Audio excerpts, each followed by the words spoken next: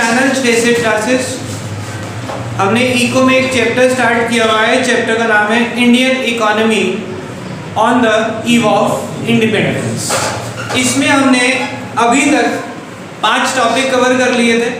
सबसे पहला agriculture sector, दूसरा इंडस्ट्रियल सेक्टर, तीसरा foreign trade on the eve of independence. Foreign trade के बाद हमने क्या किया इसमें occupation structure on the eve of independence, और लास्ट किया था positive impacts of British rule in India.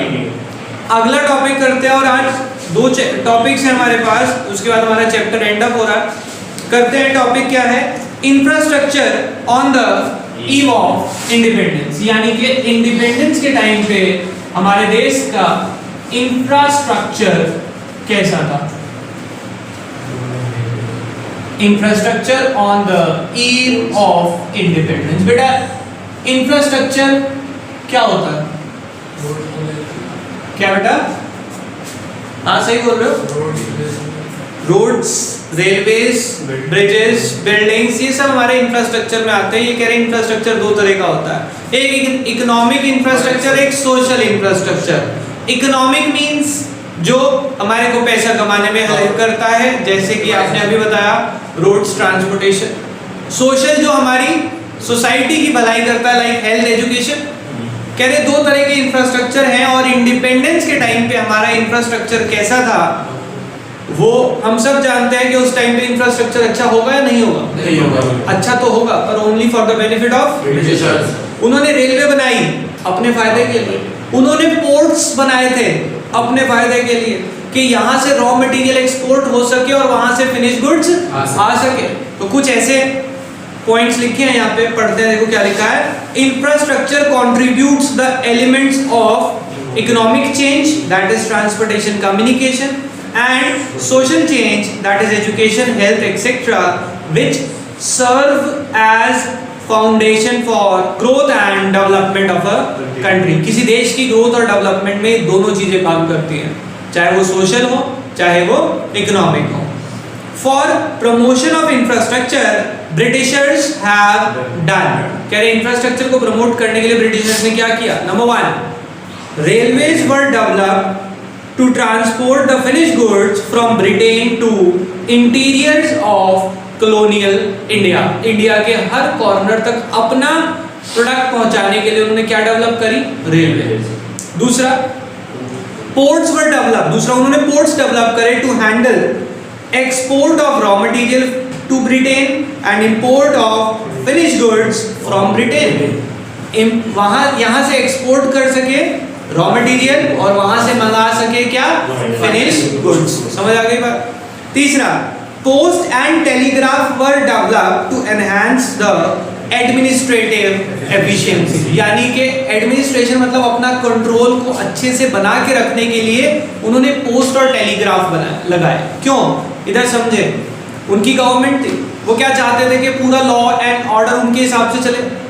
उनका जो हेड होगा, कुछ सोचे, वो एक स्टेट या एक सिटी में बैठा होगा, उसने कंट्रोल पूरा इंडिया करना है। अब वो हर हेड, हर ब्रांच में कैसी इंफॉर्मेशन कैसे फॉरवर्ड करेगा? पोस्ट एंड टेलीग्राफ के थ्रू। तो वो पोस्ट एंड टेलीग्राफ उसने डेवलप कराया जिससे कि अपना एडमिनिस्ट्रेशन अच्छे से कर पाए।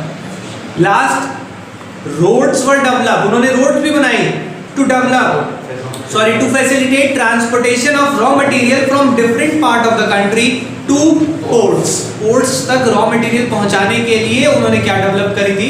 रोड्स। तो उन्होंने 4 इंफ्रास्ट्रक्चर बनाए हमारे। पहला, रेलवे, जिससे कि finish product interior colonial India तक जा सके। पोर्ट्स बनाए जिससे एक्सपोर्ट कर सके रॉ मटेरियल और इंपोर्ट कर सके finish goods. Post and telegraph बनाई फॉर इफेक्टिव एडमिनिस्ट्रेशन। फिर उन्होंने रोड्स बनाई जिससे कि raw material can be bought to ports. Raw material ports तक लाने के लिए रोड्स बनाई ना। पोर्ट से तो आगे शिप लेके जाएगी, उसके लिए पोर्ट वो बना दिए थे, पोर्ट्स बना दिए थे। रोड्स क्यों बनाई थी? जिससे कि रॉ मटेरियल। तो चारों पॉइंट समझ आ गए। यहाँ पे हमारा इंफ्रास्ट्रक्चर खत्म होता है। Last topic of the chapter, that is the features of Indian economy on the eve of independence. पहला, हमारी इकोनॉमी कैसी थी? एक टॉपिक है features of Indian economy on the eve of independence. क्या क्या फीचर्स आएंगे इसके? पहला, स्टेगनेंट इकोनॉमी। स्टेगनेंट का मतलब क्या है? हमारी इकोनॉमी स्टक हो गई थी, उसमें ग्रोथ रेट बहुत कम था। कितना था? 0.5%। पर कैपिटा इनकम में कितना इंक्रीज होता था? 0.5%। इसका मतलब समझे बेटा, अगर कोई पर्सन आज इस महीने 10,000 रुपए कमा रहा है, पूरे साल 10,000 रुपए, आप क्या चाहते हैं कि अगले साल सैलरी में इंक्रीमेंट होता है या नहीं होता? होता है। ग्रोथ कितना है? ध्यान से समझना। कह रहे अगर इस साल आप 10,000 रुपए पर मंथ कमा रहे हैं, तो अगले साल आपकी सैलरी पता कितनी होने वाली है? 10,050 रुपए। सिर्फ 0.5% का इंक्रीज है। समझ रहे हैं बात को? 1% का भी इंक्रीज नहीं है टोटल में। ये हो गई थी हमारी इकोनॉमी की हालत, यानी कि ग्रोथ बहुत कम हो गई थी, जिस वजह से पॉवर्टी बढ़ती चली जा रही थी।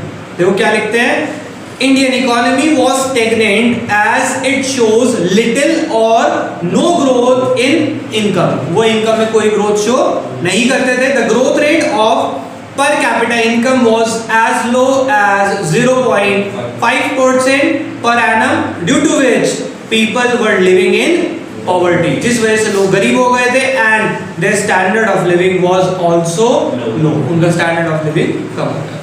क्लियर? आगे चलते हैं। Backward economy. पहली हमारी इकोनॉमी क्या हुई? स्टेगनेंट। दूसरी हो गई बैकवर्ड। इतनी बैकवर्ड हो गई थी हमारी इकोनॉमी के लोग सिर्फ और सिर्फ ₹230 कमा पा रहे थे पूरे साल में, यानी कि 20 रुपए महीना भी नहीं कमा पा रहे थे। देखो क्या लिखते हैं, Indian economy was backward because its per capita income was extremely low. It was just ₹230 at the time of independence. Independence के टाइम पे हमारी सिर्फ ₹230 थी। देखो क्या है, पहला stagnant economy, दूसरा backward economy, तीसरा अब पढ़ते हैं हम एग्रीकल्चर बैकवर्डनेस। बेटा ध्यान से समझना, एग्रीकल्चर बैकवर्डनेस भी हमारे देश के लिए बहुत बड़ी प्रॉब्लम था। क्यों? क्योंकि हम जानते हैं कि यस, हमारे देश की मैक्सिमम पॉपुलेशन एग्रीकल्चर पे डिपेंड है, और एग्रीकल्चर बैकवर्ड होने का मतलब क्या? पूरा देश बैकवर्ड हो जाएगा। देखो क्या लिखते हैं, nearly 72% of the working population was engage in agriculture while its contribution to GDP was only 50%। इसका मतलब समझना क्या सीरियस प्रॉब्लम थी यहाँ पे। 72% लोग उसमें काम कर रहे हैं, और वो जितनी रिक्वायरमेंट है उसका 50% जनरेट कर पा रहे हैं सिर्फ, यानी कि वो लोग जितना कंज्यूम करते हैं उसका आधा प्रोड्यूस कर रहे हैं। मतलब सर 100 में से 72 लोग लगे हुए हैं काम पे, लेकिन जो जरूरत है ना उसका 50% ही जनरेट कर पा रहे हैं, यानी कि वो अपने लिए भी पूरा नहीं ले पा रहे। समझ आया प्रॉब्लम क्या है? कि वो अपने लिए भी कंप्लीट प्रोडक्शन नहीं कर पा रहे। Is it okay? देखो 3 पॉइंट हो गए हमारे, stagnant economy, backward economy, agriculture backwardness. Point number 4, industrial backwardness. हमारी इंडस्ट्री भी बैकवर्ड थी। बताओ बेटा, इंडस्ट्री बैकवर्ड क्यों थी? क्योंकि हमारी इंडस्ट्री 9%, बेटा हमारे देश की 9% पॉपुलेशन जो थी वो एग्रीकल्चर पे डिपेंडेंट थी। बाकी क्या बेटा, क्या पढ़ा? Industrial backwardness. पॉइंट पे ध्यान दो, पढ़ क्या रहे हो आप? इंडस्ट्रियल बैकवर्डनेस ही तो पढ़ा रहा हूं कि हमारी इंडस्ट्री बैकवर्ड क्यों थी? क्योंकि ब्रिटिशर्स ने इंडस्ट्री को प्रमोट करने के लिए कोई भी सिंसियर स्टेप्स नहीं लिए। वो नहीं चाहते थे कि हमारे देश की ग्रोथ हो। देखो क्या लिखते हैं, there was no heavy industry in the country, capital good requirement of Indian industry were dependent on import from Britain. कह रहे हमारी इंडस्ट्री कोई हैवी इंडस्ट्री थी नहीं, हमें जो भी कैपिटल गुड्स यानी मशीनें चाहिए होती थी वो सब हम कहां से मंगाते थे? ब्रिटेन। आगे बढ़ते हैं। Rampant poverty. बेटा रैम्पेंट पॉवर्टी का मतलब गरीबी। बेटा वो तो पॉवर्टी का हो गया वहां जो लिखा है।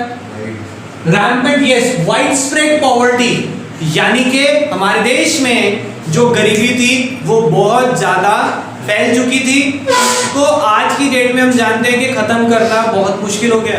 देखो क्या लिखते हैं, bulk of population is very poor, people were not getting 2 square meals a day, उन्हें 2 वक्त की रोटी भी नहीं मिल पा रही थी। They lack shelter, clothes, this is because of unemployment and illiteracy. ये क्यों हुआ था? क्योंकि हमारे देश में ज्यादातर लोग अनएम्प्लॉयड थे और उनको वो पढ़े लिखे भी नहीं थे। यस बेटा, हमने 5 पॉइंट पढ़ लिए। Yes sir. अब बच्चे कहते हैं सर हेडिंग कर जाए तो चल जाएगा काम। मैं कहता हूँ परफेक्ट चलेगा, हेडिंग याद हो, बट अंदर की कुछ बातें याद होना बहुत जरूरी है। जैसे कि अब सुने, मैंने ये 5 पॉइंट करे, मैं आपको हर बार कहता हूँ बेटा कीवर्ड्स जरूर होते हैं हर लाइन में, हर पैराग्राफ में कुछ ना कुछ। ये देखें, स्टेगनेंट इकोनॉमी में हमने पढ़ा कि हमारी इकोनॉमी स्टेबल हो गई थी क्योंकि ग्रोथ वाज 0.5%। हमारी इकोनॉमी बैकवर्ड हो गई थी क्योंकि पर capita income was ₹230। Agriculture backward था। क्यों एग्रीकल्चर बैकवर्ड था? 72% पॉपुलेशन एंगेज होने के बाद भी सिर्फ 50% ऑफ द जीडीपी कंट्रीब्यूट कर रहे थे। इंडस्ट्रीज बैकवर्ड थी क्योंकि हमारे यहाँ पे कोई भी हैवी इंडस्ट्री नहीं थी, हम कैपिटल गुड्स के लिए ब्रिटेन पे डिपेंडेंट थे। रैम्पेंट पॉवर्टी कह रहे गरीबी बहुत ज्यादा थी, गरीबी बहुत ज्यादा थी, वो कारण था इलिटरेसी और अनएम्प्लॉयमेंट। पर इसमें रैम्पेंट में क्या था कि लोगों को 2 स्क्वायर मील्स अ डे भी अफोर्ड नहीं कर पा रहे थे। ये वर्ड्स याद करने पड़ते हैं बेटा। आप क्या लिखेंगे? रैम्पेंट पॉवर्टी, इंडिया में बहुत गरीबी थी। क्या नंबर मिलेंगे? पागलों वाली बात बिल्कुल। देखो हेडिंग के अंदर कुछ तो पता होना चाहिए ना। यहाँ पे क्या है? The people were so poor that they were not be able to get the 2 square meals a day। यार जो हिंदी में कुछ बातें आप बहुत अच्छे से जानते हैं, 2 वक्त की रोटी, उसे इंग्लिश में क्या बोला? 2 square meals a day। इससे तुम्हारी वोकैबुलरी भी स्ट्रांग होगी और आंसर भी अच्छा लिखा जाएगा। टीचर जब पढ़ता है बच्चे ने ऐसे वर्ड यूज करे, इसका मतलब इसे अच्छे से आता है। तो कुछ तो अच्छी वोकैबुलरी के लिए आपको करना ही पड़ेगा ना। ऐसा नहीं बिल्कुल हेडिंग रट के जा रहे हो, अंदर का कुछ पता ही नहीं क्या लिखा है, फिर कहानियां चलती हैं। नेक्स्ट, हाईली और heavily dependence on import. Highly dependence on import, इसका मतलब क्या है कि हमारा देश इंपोर्ट के ऊपर बहुत ज्यादा डिपेंडेंट था। इतना डिपेंडेंट था कि हम अपने यहाँ पे बिल्कुल बेसिक मशीनरी भी नहीं बना पाते, जैसे कि सीविंग मशीन, बाईसाइकिल, ये तक हमें इंपोर्ट करनी पड़ती थी। साइकिल नहीं बना पाते थे, बाकी तो बहुत दूर की बात है।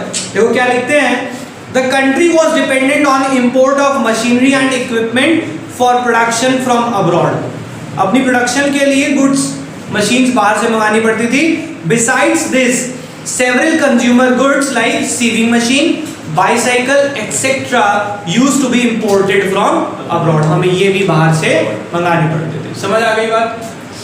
यस बेटा, ये 6 के 6 पॉइंट सबको समझ आ गए होंगे होपफुली। इसको याद कर लेंगे। आगे भी 2 पॉइंट लिखे बट उसकी एक्सप्लेनेशन नहीं है, बट आप चाहें तो उसकी एक्सप्लेनेशन लिख सकते हैं। पहला लिखा है पुअर इंफ्रास्ट्रक्चर। हम क्या कहेंगे?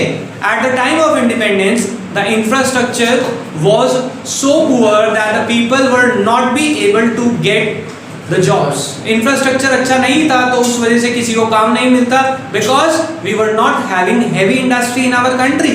heavy industry कोई नहीं थी। तो पिछली बातें मिक्स करके लिख सकते हैं हम। नेक्स्ट, लिमिटेड अर्बनाइजेशन, यानी कि उस टाइम पे हमारे देश में शहरी इलाके तो होते ही नहीं थे। तो आप एनी 6 और 7 पॉइंट्स इसमें याद करेंगे। Next is the demographic profile. बेटा डेमोग्राफिक प्रोफाइल जो है ये 1 मार्क के क्वेश्चन में आ जाता है। आपके पास जो टिक मार्क आने हैं इस बार, उसमें इस तरह के क्वेश्चन आते हैं कि उस टाइम पे बर्थ रेट और डेथ रेट क्या था। Birth rate was 48 per 1000 and death rate was 40। ठीक है, birth rate was 48 and death 40। Infant mortality rate जानते हैं आप सब, जो बच्चे पैदा होते ही मर जाते हैं, दैट वाज 201.8 पर 1000 में से 202 बच्चे लगभग पैदा होते ही मर जाते थे। लाइफ एक्सपेक्टेंसी कितनी थी? 44 years at the time of independence, यानी कि 44 इयर्स एवरेज लाइफ मानी जाती थी।